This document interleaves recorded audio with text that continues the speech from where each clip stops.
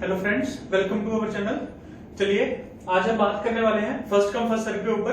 पिछली वीडियो में आपने देखा होगा कि हमने बात की थी सीपीयू शेड्यूलिंग क्या होती है, उसकी टर्मिनोलॉजीज क्या होती है, उसका क्राइटेरिया क्या होता है। चलिए आज रियल में हम बात करने वाले हैं एक ऐसे एल्गोरिथम के ऊपर जो सीपीयू शेड्यूलिंग करता है, यानी कि फर्स्ट कम फर्स्ट सर्व। पहली जो कुछ चीजें हैं ये मैं थ्योरी इसलिए लिख रहा हूं ताकि जो यूनिवर्सिटी एग्जाम्स है जिन बच्चों का या फिर जिनके कॉलेज एग्जाम्स है उनके लिए इजी टू अंडरस्टैंड हो जाए ये टॉपिक, ठीक है। तो ताकि वो भी समझ सके, बेटर अंडरस्टैंडिंग हो सके उनको टॉपिक की। तो चलिए कुछ पॉइंट देख लेते हैं। पहला है सिंपलेस्ट शेड्यूलिंग एल्गोरिथम, जो फर्स्ट कम फर्स्ट सर्व है, ये simplest scheduling CPU scheduling algorithm है, ठीक है। दूसरा मैंने लिखा assign CPU to the processor which comes first, ठीक है। जो भी प्रोसेस पहले आएगा रेडी क्यू में उसको सीपीयू अलॉट कर दिया जाएगा, ठीक है, इरिस्पेक्टिव ऑफ इट्स प्रायोरिटी। इसमें हम प्रायोरिटी का कोई कंसेप्ट नहीं लगाते हैं, कोई वीआईपी प्रोसेस नहीं है, कोई लो प्रोसेस नहीं है, जो भी है सारे बराबर है, इक्वल है। जो पहले मेमोरी आएगा उसको हम पहले ही सीपीयू एलोकेट कर देंगे। तीसरा है इजी टू अंडरस्टैंड और इंप्लीमेंट, इसको इंप्लीमेंट करना आसान है और इसको समझना भी आसान है, क्योंकि फर्स्ट कम फर्स्ट सर्व जो पहले आता जाएगा उसको हम वैसे वैसे सीपीयू प्रोसेस एलोकेट करते जाएंगे। तो इसको इंप्लीमेंट करने के लिए हम जो डेटा स्ट्रक्चर यूज करते हैं वो क्यू डेटा स्ट्रक्चर हम यूज करते हैं, ठीक है। तो next point is always non pre-emptive in nature. जो भी हमारा फर्स्ट कम फर्स्ट सर्व है ये हमेशा नॉन प्रीएम्प्टिव इन नेचर है। नॉन प्रीएम्प्टिव इन नेचर का क्या मतलब है, एक बार एक प्रोसेस को सीपीयू एलोकेट कर दिया तब तक हम उससे सीपीयू वापस नहीं ले सकते जब तक उसकी एग्जीक्यूशन पूरी परफॉर्म नहीं हो जाती, ठीक है।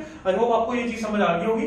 तो नॉन प्रीएम्प्टिव जो भी हमारे सीपीयू शेड्यूलिंग एल्गोरिथम होते हैं ना, इस केस में जो वेटिंग टाइम हमारा होता है is always equal to response time. याद रखना, waiting time is always equal to response time. किसके केस में? नॉन प्रीएम्प्टिव के केस में। लेकिन प्रीएम्प्टिव के केस में ऐसी चीज नहीं होती है। प्रीएम्प्टिव के केस में जब हम पढ़ेंगे तब रिस्पॉन्स टाइम के बारे में आपको बेटर अंडरस्टैंडिंग करा पाऊंगा, ठीक है। चलिए अभी हम एक एग्जांपल ले लेते हैं, या फिर इसको आप क्वेश्चन भी बोल सकते हैं। आपको पेपर में कुछ ऐसा ही क्वेश्चन देखने को मिलेगा। आपको डिफरेंट प्रोसेसेस दिए होंगे, उनका अराइवल टाइम दिया होगा, उनका बर्स्ट टाइम दिया होगा, और आपको बोल देंगे कि भाई टर्न अराउंड टाइम निकाल दो, वेटिंग टाइम निकाल दो, कंप्लीशन टाइम निकाल दो, रिस्पॉन्स टाइम निकाल दो। तो इस केस में रिस्पॉन्स टाइम जो भी होगा वो वेटिंग टाइम के बराबर ही होगा। तो नेक्स्ट चीज फिर आपको पूछ लिया जाएगा कि एवरेज टर्न अराउंड टाइम निकाल के दिखा दो, या फिर एवरेज वेटिंग टाइम निकाल के दिखा दो। बस ऐसे ही क्वेश्चन आएंगे, इसके अलावा कुछ नहीं आने वाला। तो चलिए आप इस बेसिक क्वेश्चन को देखते हैं। तो इसको सॉल्व करने के लिए मैं सबसे पहले क्या बनाने वाला हूं, एक चार्ट बनाने वाला हूं जिसको हम क्या बोलते हैं, जिसको हम बोलते हैं गैंट चार्ट, ओके। इस चार्ट को हम बोलते हैं गैंट चार्ट। आप सबने सुना भी होगा। तो गैंट चार्ट से हम इन सबको एलोकेशन देंगे मेमोरी में, या फिर हमारे प्रोसेस को अपने सीपीयू एलोकेट कराएंगे, और वैसे वैसे हम इनकी सॉल्व करते जाएंगे। जिसने गैंट चार्ट अच्छे से बना लिया उसका क्वेश्चन आधा सॉल्व हो गया, ठीक है। उसके बाद सिर्फ कैलकुलेशंस करनी है और फार्मूला जो मैंने आपको बताए थे वो याद रखने हैं। बाकी सब सेम रहने वाला है, कुछ मुश्किल नहीं है। गैंट चार्ट अपने बड़ी एक्यूरेसी से बनाना है, ठीक है।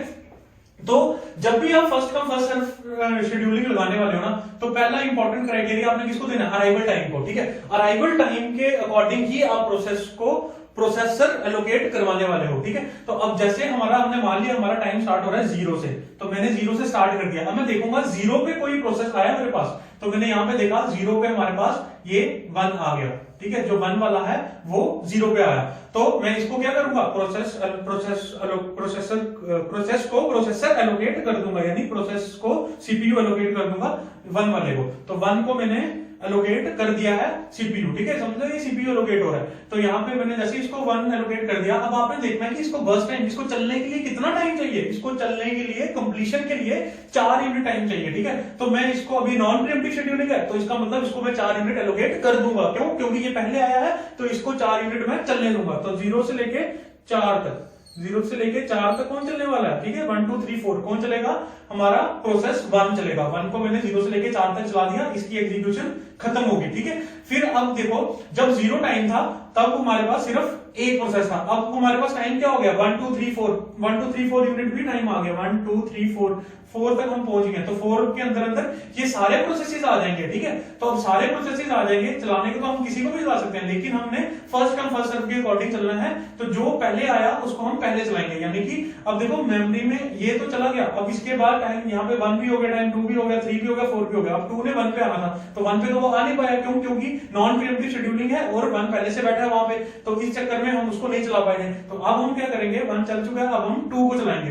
2 को मैं चला लेता हूं। 2 को चलाने के लिए मेरा अराइवल टाइम 1 था, लेकिन वो तो निकल गया होगा। अब मैं 2 को 4 के बाद ही चलाऊंगा, तो 2 मेरा यहाँ पे चल जाएगा। और 2 को कितना यूनिट टाइम चाहिए, 2 को 3 यूनिट टाइम चाहिए कंप्लीशन के लिए। तो 4 से लेके 7 तक कौन चलेगा, 4 से लेके 7 तक चलेगा हमारा 2, ठीक है, 4 से लेके 7 तक हमारा प्रोसेस 2 चलने वाला है, तो इसकी भी एग्जीक्यूशन कंप्लीट होगी। अब फिर कौन सा आएगा नेक्स्ट आएगा 3, क्योंकि 3 ने 2 पे आना था, 2 वाला टाइम तो निकल गया है। अब 3 को टाइम मिलेगा 2 के बाद, तो 2 के बाद 3 को टाइम दे देंगे हम, तो 3 का एग्जीक्यूशन टाइम कितना है 1 यूनिट का, तो 1 यूनिट हम इसको टाइम दे देंगे, यानी 7 से 8 तक कौन चलने वाला है 3 चलने वाला है। 3 की भी एग्जीक्यूशन हमने कंप्लीट कर दी। फिर नेक्स्ट हमारे पास आएगा 4 मैंने इसको सीपीयू एलोकेट कर दिया।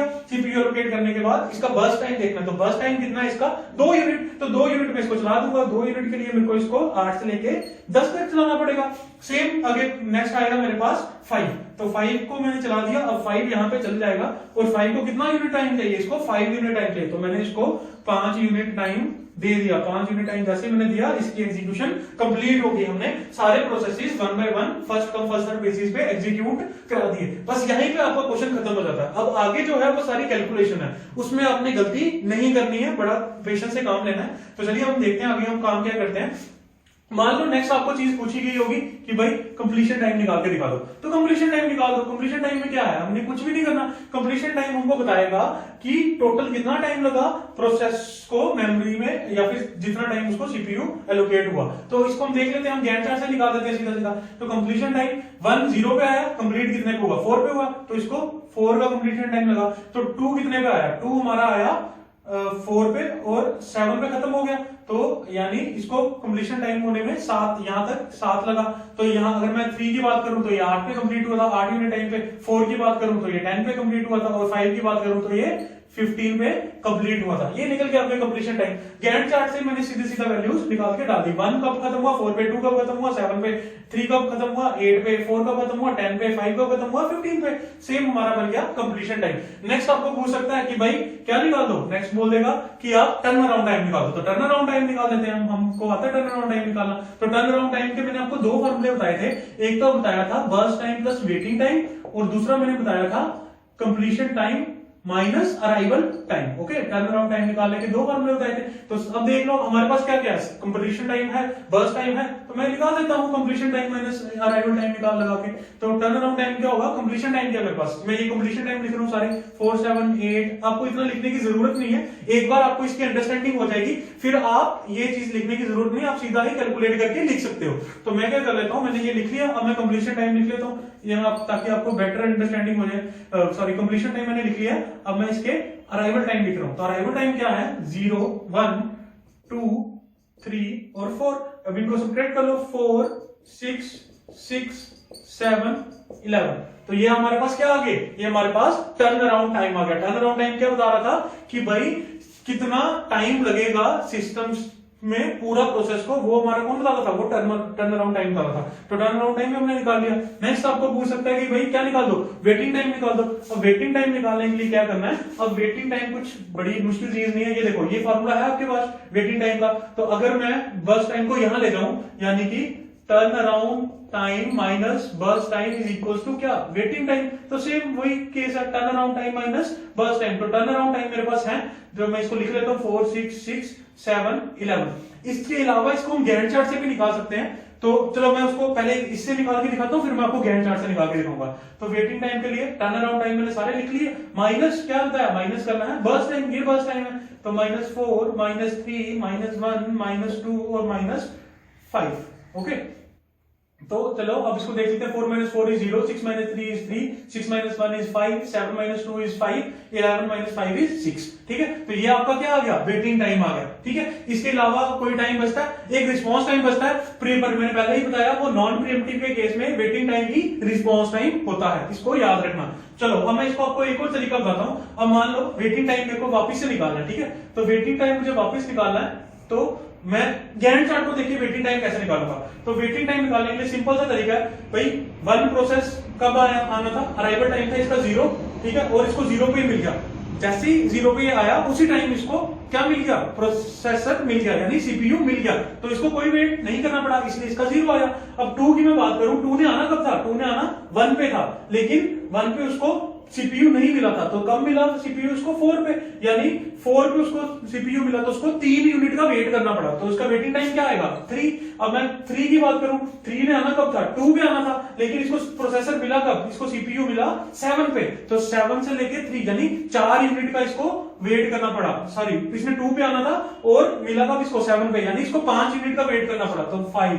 ठीक है, वेटिंग टाइम आ जाएगा 7 - 2 = 5। ठीक है, नेक्स्ट मैं अगर बात करूं किसकी, 4 की, तो 4 में हमारे पास आना था 3 पे, 3 पे आना था, लेकिन इसको मिला कब, इसको मिला 8 पे। ठीक है, तो इसको कितना यूनिट वेट करना पड़ा, इसको भी 5 यूनिट वेट करना पड़ा, तो इसलिए इसका वेटिंग टाइम आ गया 5। अब मैं 5 की बात करूं, 5 में आना कब था, 5 में आना 4 पे था, तो लेकिन इस 5 आया कब मेमोरी में, एक्चुअली प्रोसेसर के पास वो आया 10 पे, तो 10 - 4 = 6। तो आप डायरेक्ट भी वेटिंग टाइम निकाल सकते हो, या आप फॉर्मूले से निकालो या इससे निकालो, one and the same thing, कुछ गलत नहीं होने वाला।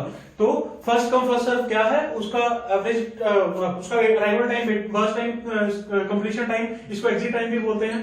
तो turn around time, waiting time निकालने के मैंने आपको 2 तरीके सिखा दिए। इसके अलावा वो आपसे क्या पूछ सकता है, तो एग्जामिनर क्वेश्चन में बोल देंगे भाई आपको क्या निकालो, average waiting time, average waiting time. तो एवरेज वेटिंग टाइम निकालने के लिए आपने क्या करना है, इन सबको ऐड करना है। तो 5 + 5 10, 16 और 19, 19 divided by 1 2 3 4 5, 19 divided by 5 is your average waiting time. अगर आपको बोला है एवरेज टर्न अराउंड टाइम निकालना है, एवरेज टर्न अराउंड टाइम, तो एवरेज टर्न अराउंड टाइम निकालने के लिए आपने कुछ नहीं करना, इन सबको ऐड कर देना।